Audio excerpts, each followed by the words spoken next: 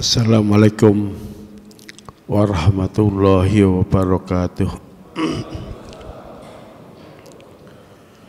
Bismillah, alhamdulillah, wassalatu wassalamu ala rasulillah, amma ba'dah. Yang saya hormati segenap pimpinan SIKP3, para pejabat utama, para dosen, serta seluruh mahasiswa SIKP3, baik yang duduk di jenjang S1, S2 maupun S3. Alhamdulillah pagi ini kita bisa bersama-sama mengawali aktivitas dengan membaca Asmaul Husna dan surat Yasin.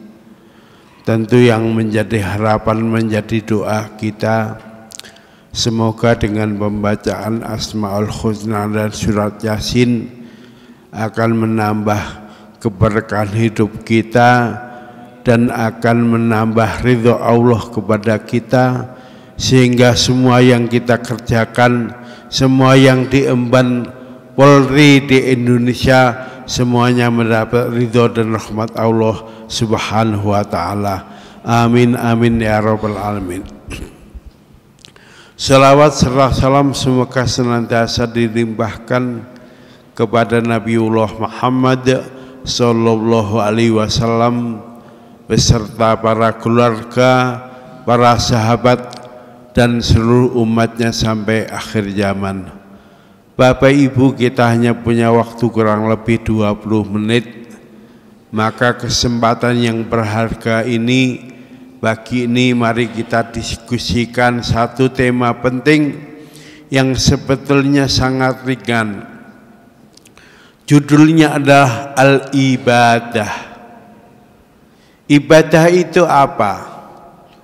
Kalau ini kita kembalikan kepada definisi yang dibuat para ulama, ibadah itu tidak lain fi'lul mukallafi ala khilafi hawa nafsihi ta'ziman li rabbih. Jadi ibadah itu adalah perbuatan orang yang mukallaf yang tidak secela dengan bisikan hawa nafsunya, tujuannya tidak lain untuk mengagungkan Allah. Itulah definisi ibadah yang dibuat para ulama. Yang pertama yang kita pahami, namanya ibadah itu harus dikerjakan orang mukallaf. Lah mukallaf itu siapa? Mukallaf itu adalah al-baligh al-aqil, orang yang sudah akil balik, sudah dewasa dan akalnya waras. Dewasa itu diukur kalau laki-laki dia sudah pernah mimpi basah, sementara kalau perempuan dia sudah menstruasi. Jadi begitu laki-laki ngalami mimpi basah atau yang perempuan sudah menstruasi, maka argo hidupnya berjalan. Itu orang argonya jalan, semua kewajiban harus dikerjakan, semua larangan harus ditinggalkan. Jadi waktunya sholat ya harus sholat, waktunya puasa Ramadan nanti ya kerjakan Ramadan. Kalau sudah punya uang untuk haji ya segera daftar. Kemudian orang itu wajib mengerjakan yang baik-baik, meninggalkan yang tidak baik. Jadi kalau ada laki-laki sudah mimpi basah, kemudian subuhnya selalu kesiangan, maka orang itu dianggap punya utang sama Allah. Sama halnya sudah menstruasi, maka perempuan itu kalau kaya raya ya wajib bayar zakat. Segera daftar haji kalau uangnya sudah cukup.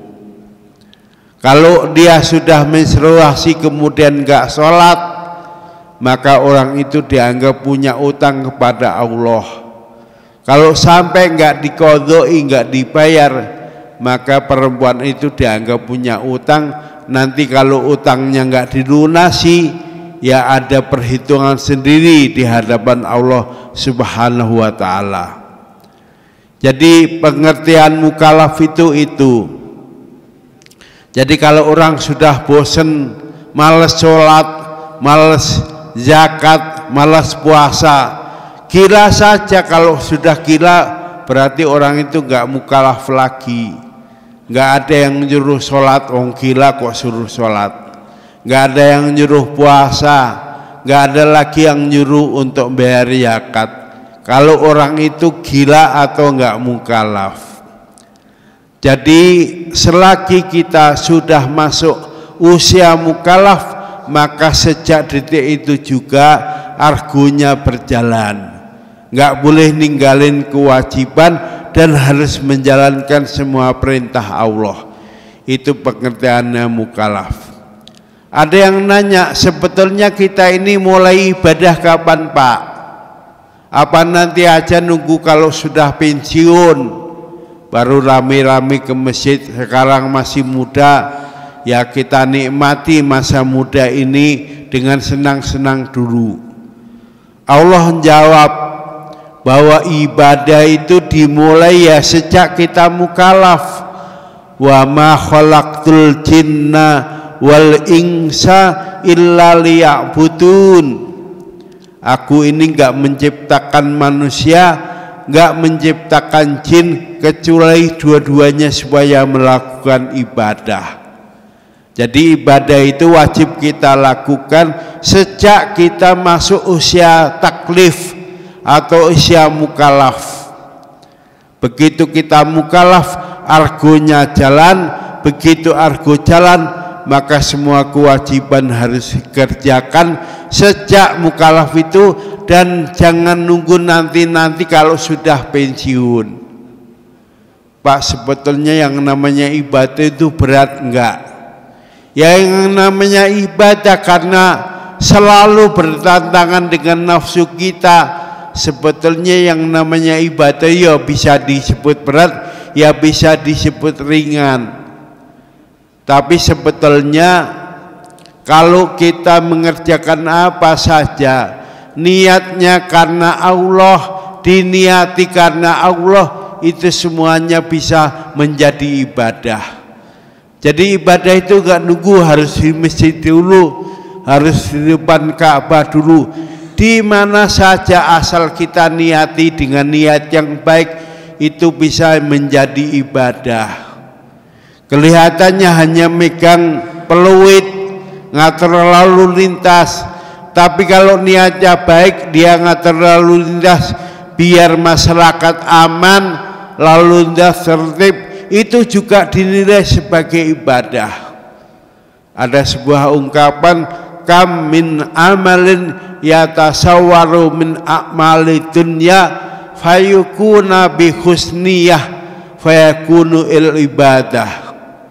Jadi kalau kita berbuat apa saja, kelihatannya itu merupakan perbuatan dunia, asal diniati baik, maka itu bisa menjadi ibadah.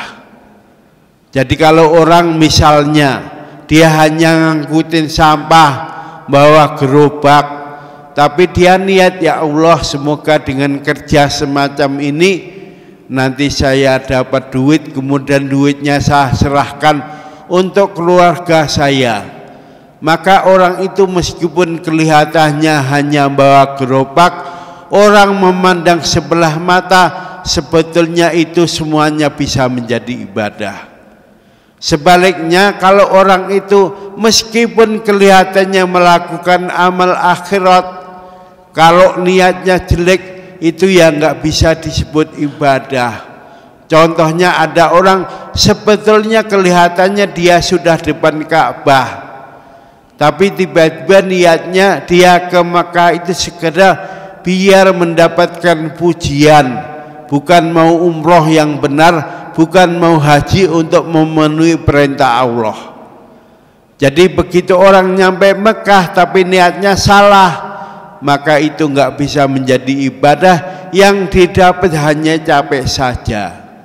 Jadi biar kita umrohnya makbul, biar kita hajinya diterima Allah, maka kita harus ingat pergi ke Mekah itu niatnya untuk ibadah untuk Allah, baru semuanya dinilai sebagai ibadah. Tapi kalau dia nggak pernah niat baik, niatnya hanya ingin mendapatkan pujian misalnya, atau niatnya biar dianggap orang lain kita itu duitnya banyak sebagai orang kaya. Ingat, selama di Mekah mungkin 40 hari pas haji, atau mungkin 10 hari pas umroh, semuanya itu nggak dinilai sebagai ibadah oleh Allah. Kita nggak dapat apa-apa. Sama halnya kalau kita ke masjid ini, kelihatannya baca Asmaul Husna, kelihatannya baca Yasin. Kalau niatnya salah, misalnya sekedar datang ke masjid biar nanti absennya penuh, nggak mendapatkan sanksi dari atasan, gara-gara salah niat itu duduk kita di masjid dari jam 7 sampai jam 8 nanti bisa jadi nggak dinilai ibadah sama sekali oleh Allah.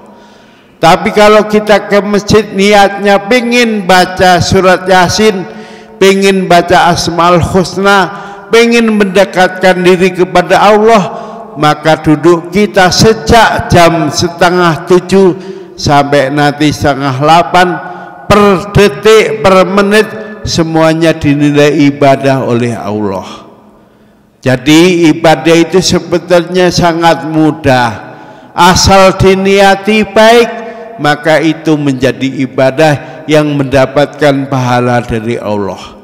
Sebaiknya kalau kelihatannya di masjid, kelihatannya di depan Ka'bah, tapi niatnya keliru, maka keberadaan kita di masjid, keberadaan kita di depan Ka'bah sama sekali nggak dinilai ibadah oleh Allah.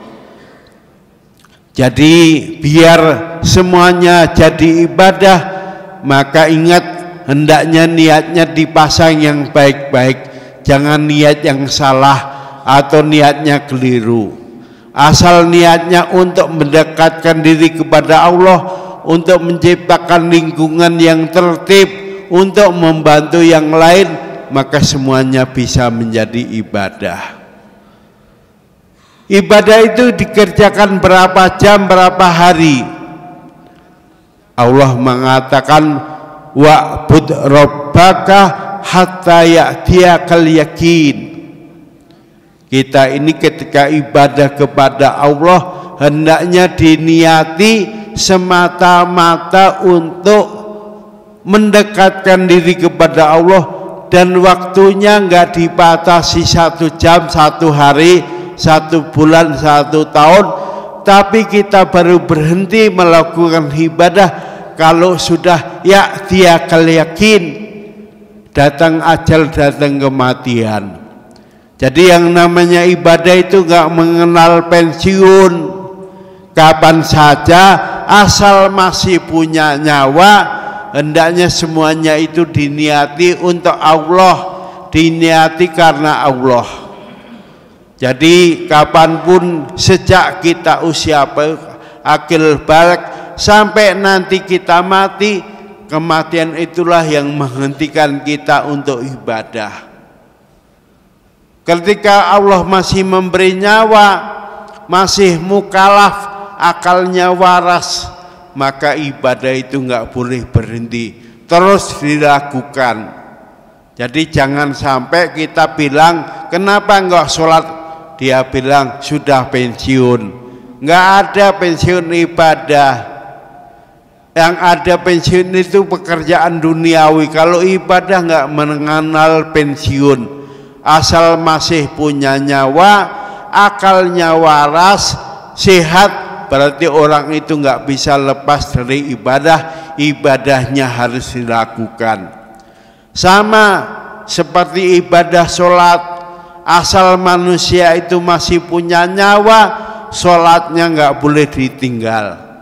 Pak, nggak bisa jalan gimana? Ya udah nanti sholatnya sambil duduk. Pak, duduk juga nggak kuat, pusing kalau duduk lama. Ya udah sholatnya sambil berbaring terlontang. Jadi asal kita masih punya nyawa, masih punya kesadaran, kewajiban itu nggak boleh ditinggalkan. Kerjakan sholat semampu mungkin. Kalau nggak bisa berdiri ya duduk, nggak sudah duduk ya terlentang, nggak bisa terlentang ya sudah bawa ke kuburan sana. Berarti sudah nggak wajib sholat karena sudah nggak mampu. Nah Bapak Ibu sekalian, jadi ibadah itu sangat mudah. Apapun pekerjaannya, kok kita semuanya konsentrasi pekerjaan itu dilakukan karena Allah, karena untuk keluarga, karena untuk kemanusiaan, maka semuanya bisa menjadi ibadah. Jadi kita jangan sampai beranggapan ketika bawa peluit panas-panas ngatur lalu lintas, ingatlah panas-panas yang kita lakukan itu asal diniatkan karena Allah, karena untuk masyarakat, semuanya bisa menjadi ibadah. Karena menjadi ibadah, pasti Allah nanti akan mengganti berupa kenikmatan surga di akhirat kelak. Untuk itu hendaknya adik-adik tidak pernah punya rasa malas. Ingatlah, asal pekerjaan yang kita lakukan itu kita niati karena Allah, maka pekerjaan yang kita lakukan itu nggak ada yang sia-sia. Semuanya pasti punya manfaat yang akan berpengaruh terhadap kehidupan kita.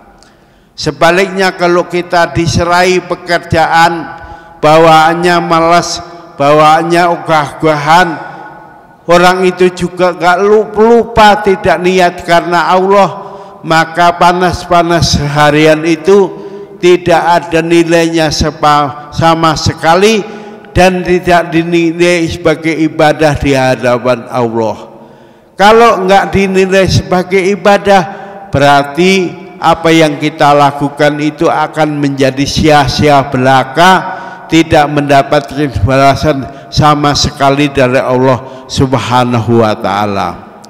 Nah dengan demikian sebetulnya apa saja yang kita kerjakan, meskipun kelihatannya remeh, kelihatannya termasuk perkara dunia, asal diniati dengan niat yang baik, semuanya itu bisa menjadi ibadah.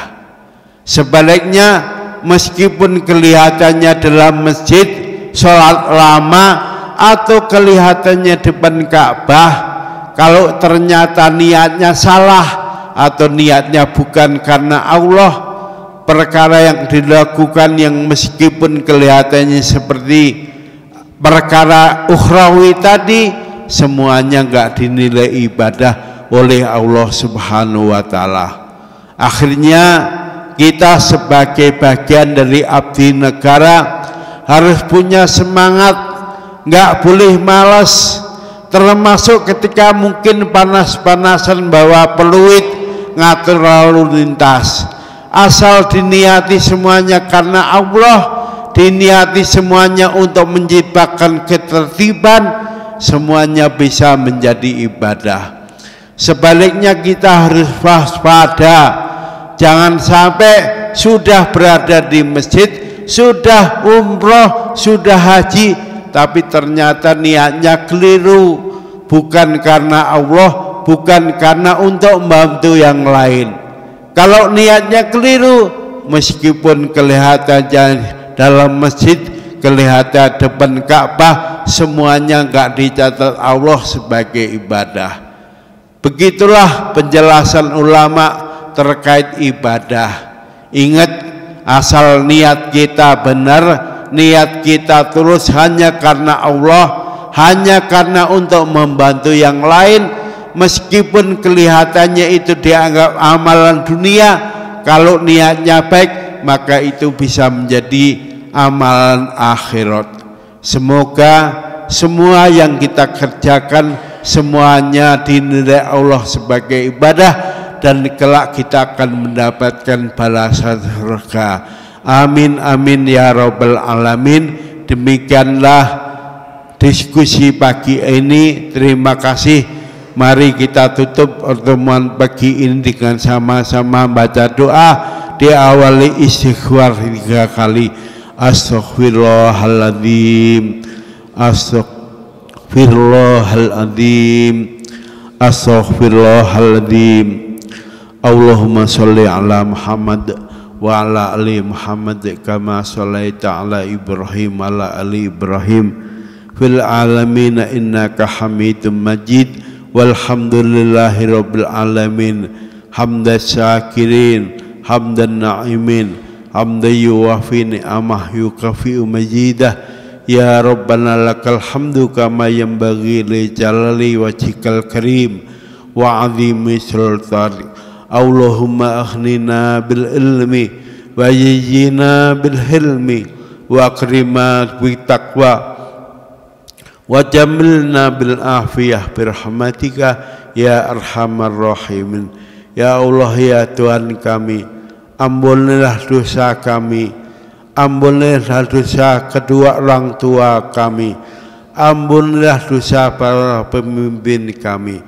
Ya Allah, ya Tuhan kami, berikanlah kami rezeki yang halal, rezeki yang barokah, rezeki yang banyak. Dengan rezeki itu ya Allah kami bisa menyempurnakan rukun Islam kelima, menunaikan ibadah haji di Makkah.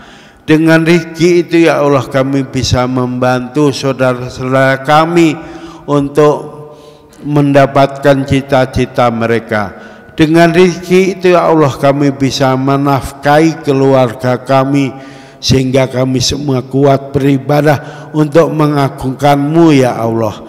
Rabbana atina fid dunya hasanah wa fil akhirati hasanah wa qina adzabannar. Subhana rabbika rabbil izzati amma yasifun wa salamun alal mursalin walhamdulillahi rabbil alamin. Terima kasih. Usikum wa iyaya bitaqullah. Wassalamualaikum warahmatullahi wabarakatuh.